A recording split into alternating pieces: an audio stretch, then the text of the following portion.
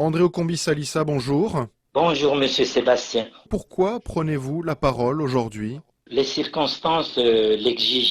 Je ne suis pas absent, je suis juste en retrait parce que notre pays a sombré dans l'indicible. La Constitution a été muselée par les armes et une élection présidentielle a donné lieu à un régime brutal qui se moque de son peuple et de la communauté internationale. Les autorités affirment avoir saisi des armes, des munitions au domicile de votre épouse.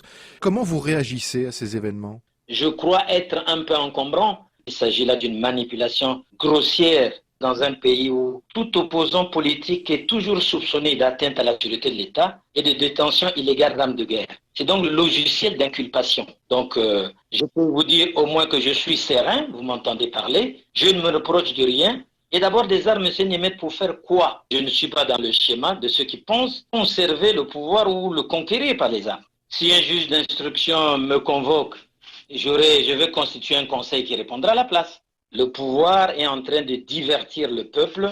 Qu'en si peu de temps, le pouvoir actuel a fait plus de 100 fois pire que le régime du président Pascal Lissouba, que nous avons durement combattu. C'est ce qui explique d'ailleurs ma prise de distance de ce système. Alors comment faire aujourd'hui pour sortir le pays de la crise actuelle?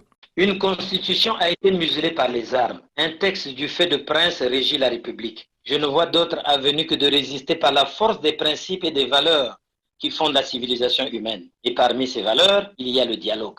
Est-ce que vous préconisez donc de dialoguer avec Denis Sassou Nguesso lui-même?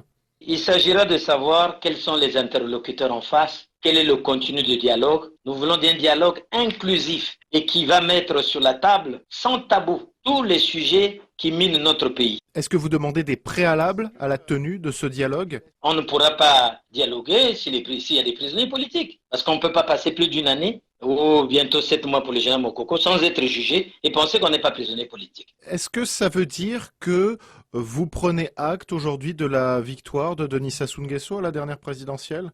Non, monsieur Sébastien Nemeth, je suis clair dans ce que je dis, mais nous sommes dans des conditions où on a besoin de s'asseoir justement pour que le pays avance. Pascal Tsati Mabiala, lui, avait pris acte de cette victoire de Denis Sassou Nguesso. Vous pensez que c'était une erreur? Nous avons fait le plus dur pour les 5 candidats qui ont signé la charte de la victoire. Moi, je n'ai pas de jugement à donner à un leader. Je dis seulement que le peuple congolais appréciera. Justement, ce pacte électoral, est-ce que cette alliance existe encore?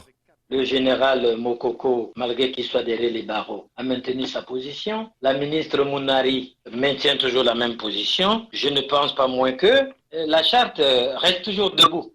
Elle n'a pas été dénoncée jusqu'alors. Le pouls est régulièrement secoué par des violences. Le gouvernement accuse notamment le pasteur Ntoumi d'en être à l'origine. Comment voyez-vous une sortie de crise dans cette zone? Mais je crois comprendre que si cette crise démarre à partir du 4 avril, c'est le jour de la proclamation officielle des résultats, et tout ceci, il faut mettre dans la crise post-électorale. Et donc, je crois que la solution est la même imposée par le problème, un dialogue inclusif qui, justement, va associer aussi le pasteur Ntoumi. Il s'agit de retirer toutes les forces de défense et de sécurité qui, étonnamment, sont à la poursuite d'un seul bandit, retirer tous les engins blindés de guerre qui ne se justifient pas dans le pool, et organiser le dialogue inclusif. Vous verrez que tout sera fini. Le pasteur Ntoumi avait demandé un dialogue sous l'égide internationale.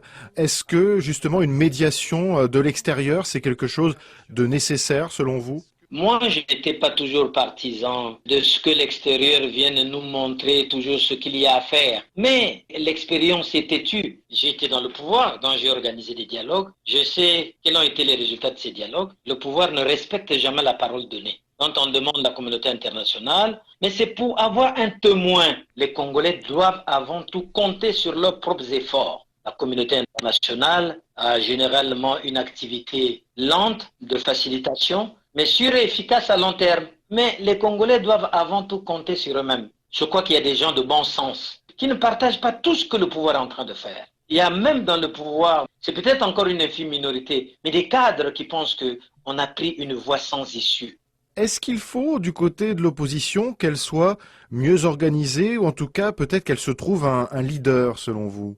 Mais l'opposition, surtout celle à laquelle j'appartiens, elle est cohérente. Nous savons ce que nous voulons. La volonté populaire exprimée dans les urnes n'a pas été confirmée Mais il faut qu'on en parle pour mettre un clou, pour arrêter. Il faut qu'on en parle pour dire, bon, plus jamais comme ça. André Okombi Salissa, merci.